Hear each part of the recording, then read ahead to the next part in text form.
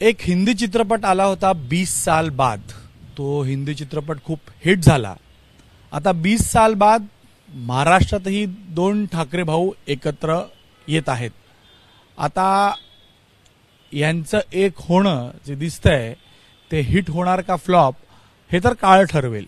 पण आत्ताची परिस्थिती अशी आहे की 5 तारखेच्या विजयी सभाचं आयोजन केलं जात आहे. दोघे भाऊ एका मंचावर असणार आहेत. आता या दोघांचं एक होणं भाजप किंवा त्यांच्या ज्या विरोधातले पक्ष आहेत त्यांचं काय मत आहे हे जाणून घेण्यासाठी आपण लोकांशी बोलतोय. माझ्यासोबत एक अशी व्यक्ती आहे ज्यांनी फक्त राज ठाकरे किंवा उद्धव ठाकरे नव्हे तर बाळासाहेब ठाकरेंनाही जवळून पाहिलेलं आहे.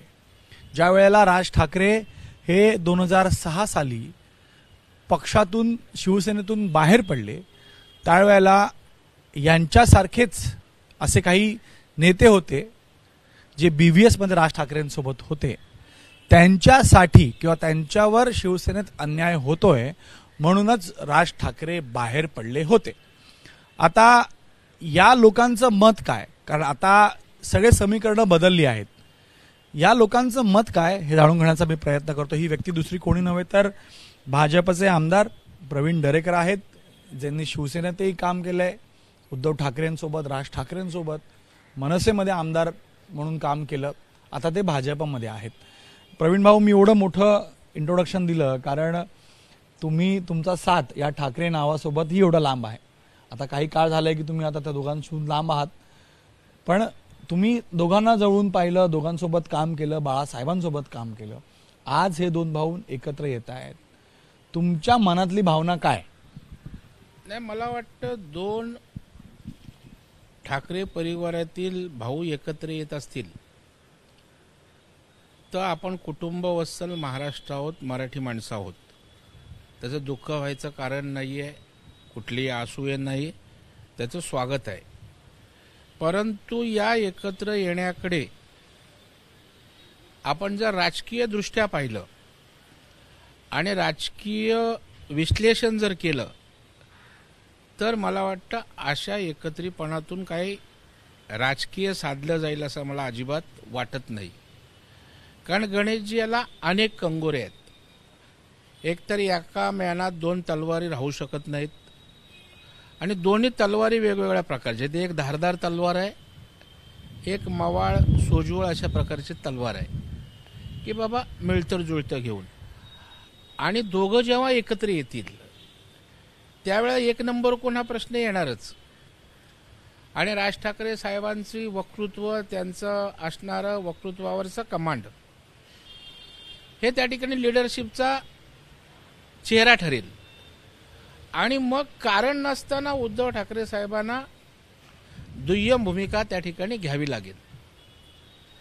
त्याच्यामुळं वक्तृत्व शैली त्यांच्याकडे आहे, परंतु संघटन उद्धवजी ठाकरे साहेबांकडे आहे. आज उद्धवजी ठाकरे साहेबांकडे 20 आमदार आहेत, मोठं संघटन आहे, कमी जास्त शक्तिशाली असू शकतं. मग आपली असलेली संघटना त्या संघटनेवर स्वार व्हायला राज ठाकरे साहेबांना द्यायचं हे कितपत या ठिकाणी उद्धवजी ठाकरे किंवा त्यांच्या आजूबाजूला असणाऱ्या सहकार्यांना पचनी पडेल हा महत्त्वाचा त्या ठिकाणी विषय आहे. आणि त्यामुळं आपण बघाल की मराठीचा विषय भावनिक करून जर स्थानिक स्वराज्य संस्थांच्या निवडणुका समोर नसत्या तर अशा प्रकारची भूमिका चालली नसती. पण माझा प्रश्न असा आहे प्रवीण भाऊ, तुम्ही म्हणताय की एका महिन्यात दोन तलवारे राहू शकत नाहीत, बरोबर. पण विषय असा आहे की दोन्ही वेगवेगळे आपला आपला पक्ष चालवतील ना, संघटना एकमेकांची घेण्याचा प्रश्नच येत नाही. दोन पक्ष म्हणून एकत्रित येतील अशी ही चर्चा आहे. यानं भाजपला धोका आहे का? मला वाटतं मला राज ठाकरे साहेबांची कार्यशैली माहीत आहे, त्यांचा स्वभाव माहीत आहे. आणि उद्धवजींचा पण त्यांच्यासोबत फार काम केलं नसलं तरी बाळासाहेब असल्यापासून त्यांनाही मी ओळखतोय. आणि त्याच्यामुळं शेवटी नेतृत्वाचा विषय येतोच. आणि आपण ज्या विषयासाठी ते साथ घालतायत त्या विषयाला आम्ही नाकारलंय कुठे? ज्या वेळेला विधानसभेच्या निवडणुका झाल्या, भारतीय जनता पार्टीने आमच्या महायुतीला जे प्रचंड अशा प्रकारचा जनाधार मिळाला, ते मतदार कोण आहेत? पाकिस्तानातून आलेले मतदार आहेत. सर्व मराठीच मतदार आहेत ना. आणि मराठी माणूस तर MIMला मतदान करतो, समाजवादी पार्टीला करतो. आणि आम्ही डिलिव्हर केले. आदरणीय बाळासाहेब ठाकरे वादात येत होते, विषयच नाहीये, त्यांच्याविषयी चर्चाच होऊ शकत नाही. त्यांच्या नसानसात ते भिनलं होतं. परंतु मराठी भाषेला अभिजात दर्जा गणेश कोणी दिला? माननीय देवेंद्र फडणवीस साहेबांनी आग्रह केला, पंतप्रधान नरेंद्र मोदीजींनी निर्णय घेतला. क्रांतिकारी निर्णय मराठी भाषेच्या अभिजात दर्जाचा झाला. आज मराठी लोकांना, मराठी माणसांना घरं असतील ती देण्याचा प्रयत्न कोण करतोय? भारतीय जनता पार्टी, आमची महायुती सरकार करते. आणि जो मूळ विचार मराठी माणसांच्या न्याय हक्कासाठी, हिंदुत्वाच्या रक्षणासाठी ही बाळासाहेबांनी हाक दिली होती, ते उद्धवजी ठाकरे साहेब विसरले. एकनाथ शिंदे साहेबांनी बाळासाहेबांचा विचार घेतला. त्याच्यामुळे तो वर्ग जो काही आहे तो शिंदे साहेबांच्या पण मागे जाणार आहे ना. आणि त्याच्यामुळे मला वाटतं आज राज्याचं नेतृत्व कोण करतोय? मराठी माणूसच करतोय ना. मंत्रिमंडळात कोण आहेत? मराठी माणसंच आहेत ना. पण दोन ठाकरे एकत्र आले तर फरक तर पडेल ना. तुमचा अनुभव काय म्हणतो? म्हणजे असं आहे, दोघांसोबत तुम्ही काम केलेलं आहे. राजकारणामध्ये 2+2 4 कधीच होत नाहीत. गणितात ते होतं, कारण त्याला वेगवेगळ्या प्रकारचे कंगोर त्या ठिकाणी असतात. आणि मतदान हे त्या ठिकाणी अशा प्रकारच्या अँगलनी होत असतं. आणि जर आम्ही त्या ठिकाणी ताकदीनं सांगतोय की मराठीच महाराष्ट्रात सक्तीची राहील, आणि आम्ही कुठे इगो केला नाही. माननीय देवेंद्र फडणवीस साहेबांनी जनभावनेचा आदर केला.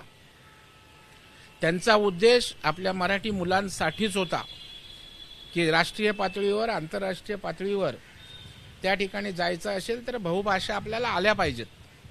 अर्थात कंपल्शन नको. आणि तशा प्रकारचा निर्णय घेतलाय ना. पण सक्ती केली असं म्हणतात ना. नाही, पण विड्रॉ केली ना.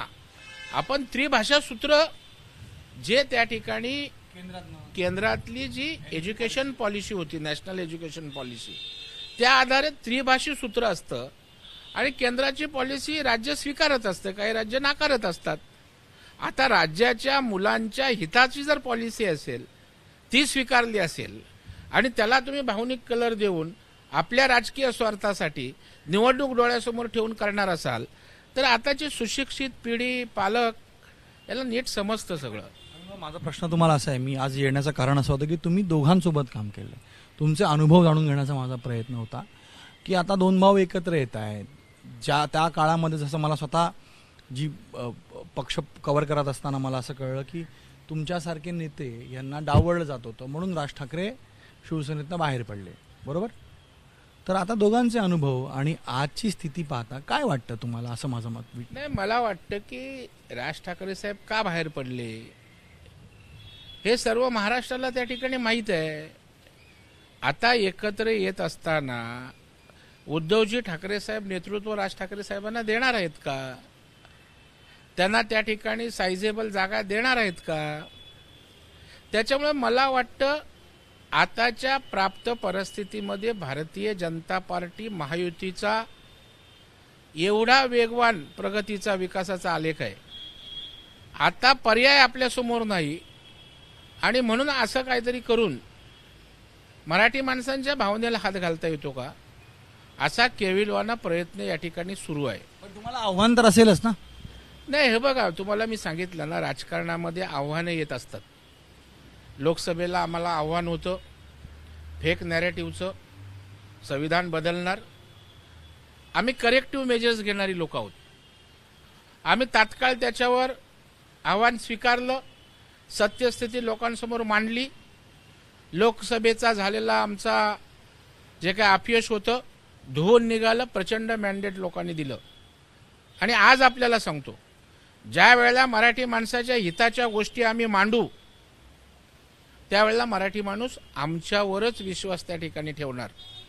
कारण महापालिका यांच्या ताब्यामध्ये होती, उद्धवजींच्या. गणेश, आपण जाऊन आयुक्तांकडून यादी घ्या, किती मराठी कंत्राटदारांना तुम्ही उभं केलं? तो 100 10 तरी मराठी कंत्राटदारांना तुम्ही उभं केलं का? किती बिल्डर मराठी उद्योजकांना आपण ताकद दिलीत? त्याच्यामुळे मला वाटतं बोलाची कढी आणि बोलाचा भात आहे.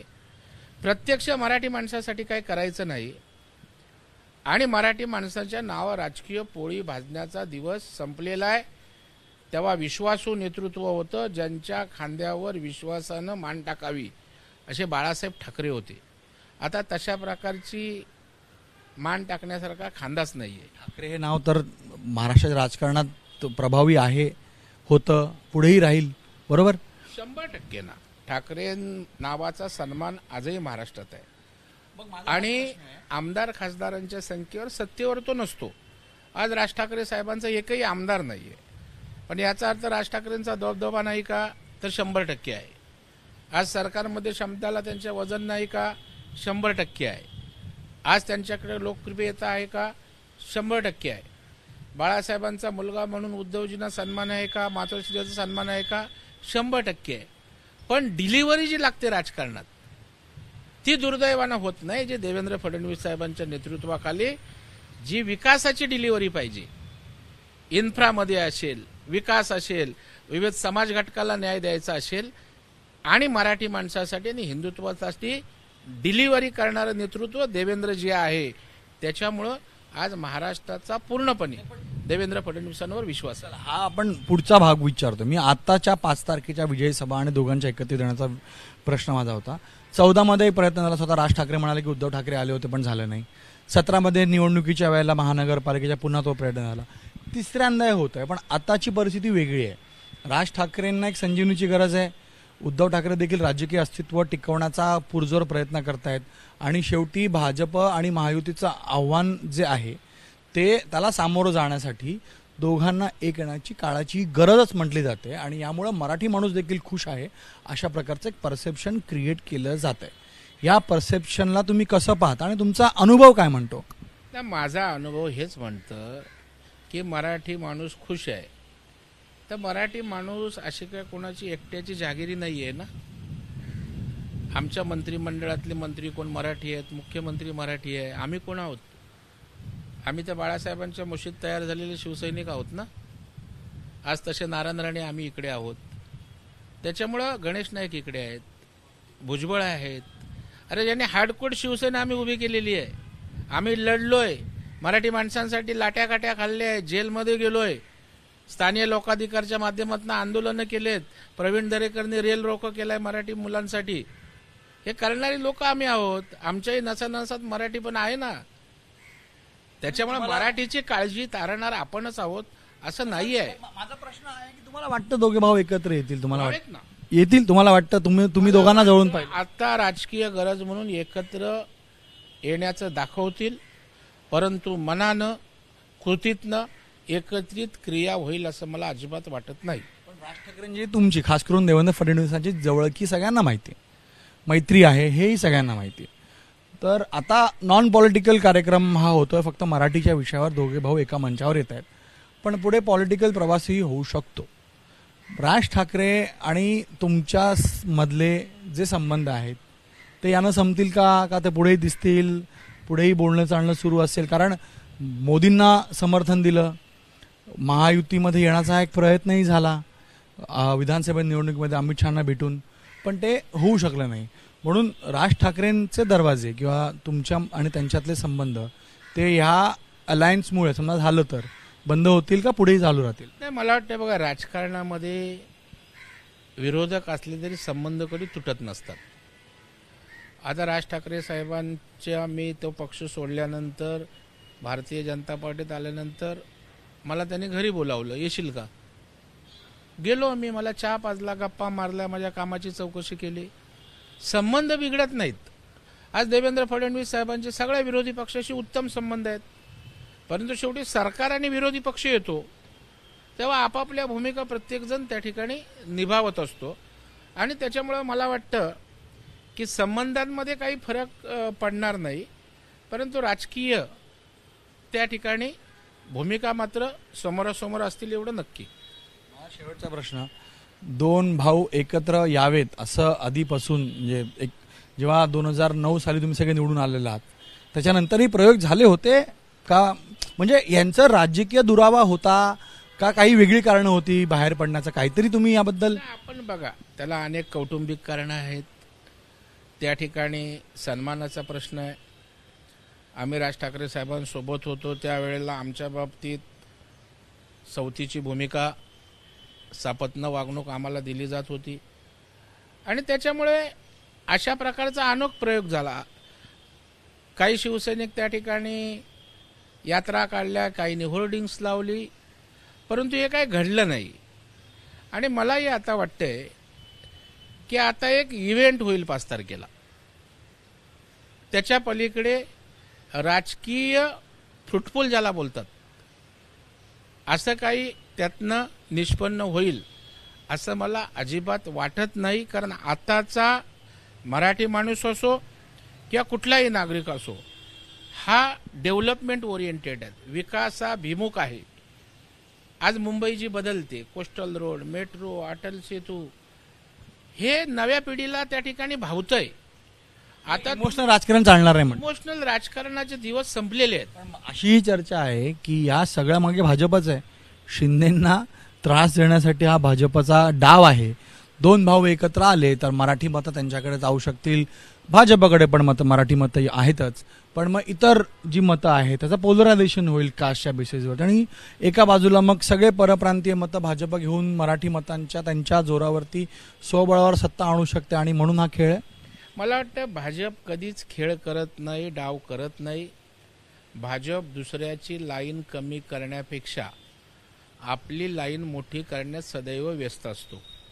आज देशामध्ये केंद्रात आमचं सरकार आहे, राज्यात आमचं सरकार आहे, पण आम्ही 24 तास आमचा पक्ष, आमचं सरकार काम करत असतं, लोकांसाठी काम करत असतं. आम्ही त्या ठिकाणी केवळ भावनेवर राजकारण करत नाही, तर जनतेच्या गरजा ओळखून विकासाभिमुख राजकारण करतो, जे नव्या पिढीला हवंय. मला वाटतं राजकारण पार्ट टाईम धंदा राहिलेला नाही, लोकांना 24 तास सेवा द्यावी लागते. एक टोळा देखील दिलाय प्रवीण दरेकरांनी की हे राजकारण परमनंट सोल्युशन आणि परमनंट काम करण्याची फील्ड आहे. इथं स्टॉप गॅप म्हणा किंवा टेम्पररी काम करून चालत नाही. आणि दुसरं असं आहे की आता भावनिक राजकारण किंवा भावनिक मुद्द्यांवरती मतं मिळत नाहीत. रिझल्ट ओरिएंटेड विकासाच्या नावावरती काम करणाऱ्यालाच मतदान होतं. म्हणून दोन ठाकरे बंधू एकत्र जरी आले तर तरीही महायुतीला, भाजपला काही फरक पडणार नाही, कारण काम करून आणि मराठी माणसाच्या हिताचं काम करून ते सत्तेवर निवडून आले आहेत, पुढेही राहतील आणि मराठी मतं भाऊ एकत्र आले तरीही भाजपसोबत राहतील असं मत त्यांचं आहे. म्हणून आता पाहावं लागेल 5 तारखेनंतर हा इव्हेंटच राहतो का एक पॉलिटिकल अलायन्स भविष्यात पाहायला मिळते, त्याकडे सगळ्यांचंच लक्ष लागणार आहे. कॅमेरामॅन दीपेश महाजनसह गणेश ठाकूर, एबीपी माझा, मुंबई. एबीपी माझा, उघडा डोळे बघा नीट.